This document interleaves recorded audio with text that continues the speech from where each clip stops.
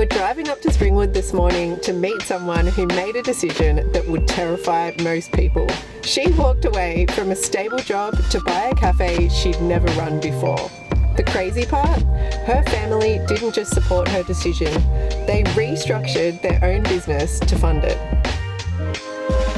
This is Anne. She went from working in someone else's cafe to owning it.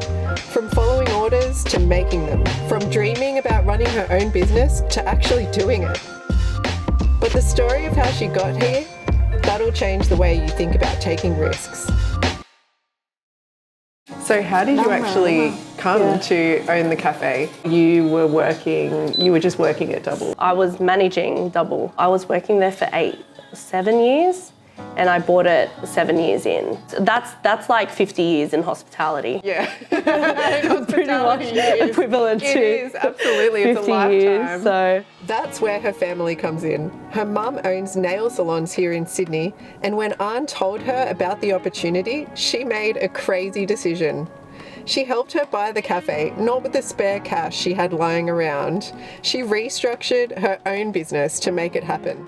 And so how did you actually, how did it work? Did you have the money? Or? So I was lucky because I had the bank of mum. She owned 3 nail salons and she ended up selling 2. So she had enough money left aside. It was funny because growing up, people didn't think hospitality was a career. Family were like, oh, is she gonna study? Is she gonna do anything else? But eventually my family came up to visit me and they saw me in my natural environment.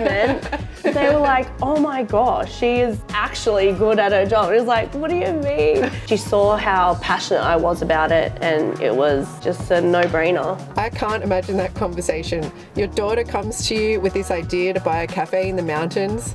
Most parents might suggest caution, get some more experience first or find some investors. But Anne's family said yes. That kind of belief, it changes everything. The first week as an owner versus an employee, completely different universe. Hey Anne, when you took over, what was the first week like when you were an owner as compared to a staff member? Why are they laughing? I don't know.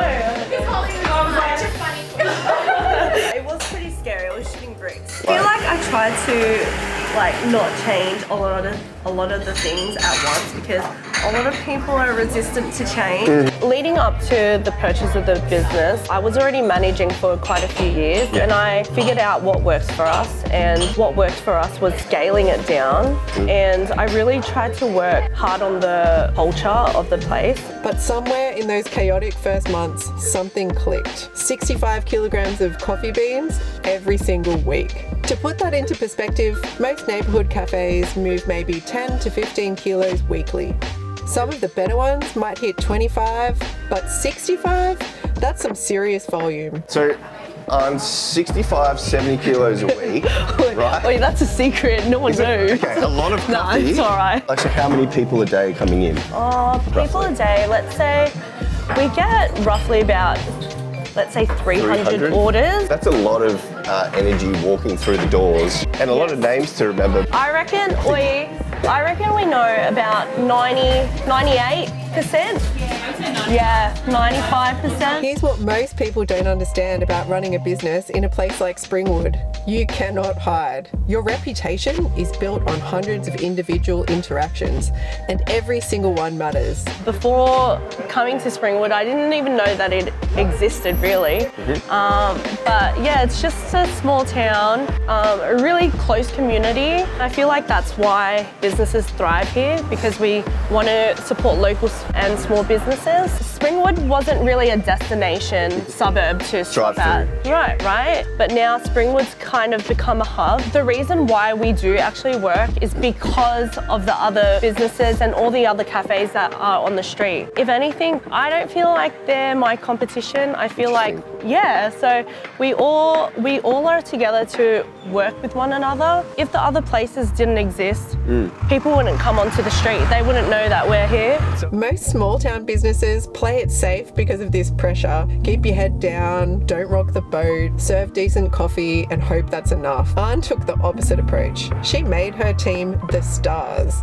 Sydney cafes are loud and proud and what they're doing on socials. How do you compete with that? For social media, I feel like it's just a way of letting people know that we still exist. I feel like people don't want to be sold food or coffee. They just want to see personalities and what it's like to come in there. The girls or the staff come up with some ideas and we're like, okay, let's do it. And then I just figure it out later. Yeah, cool. We just take random photos and it's not like polished. Like I don't like polished content. It's more fun. The authenticity of the place, that's what makes people want to come. You walk into Double and there's this energy, this genuine enthusiasm that you can't fake, can't manufacture, can't train into someone. That's how you move 65 kilos of coffee in a town where most cafes are fighting for survival. As we're finishing up lunch, I ask her what success looks like now versus when she bought Double. It's not about expanding to multiple locations. It's not about becoming the biggest cafe in the mountains. It's about creating something good, so authentic that people drive an hour from Sydney just to experience what they've built. Today, Double isn't just surviving in one of the most competitive industries in Australia, it is thriving. And Anne, she's just getting started.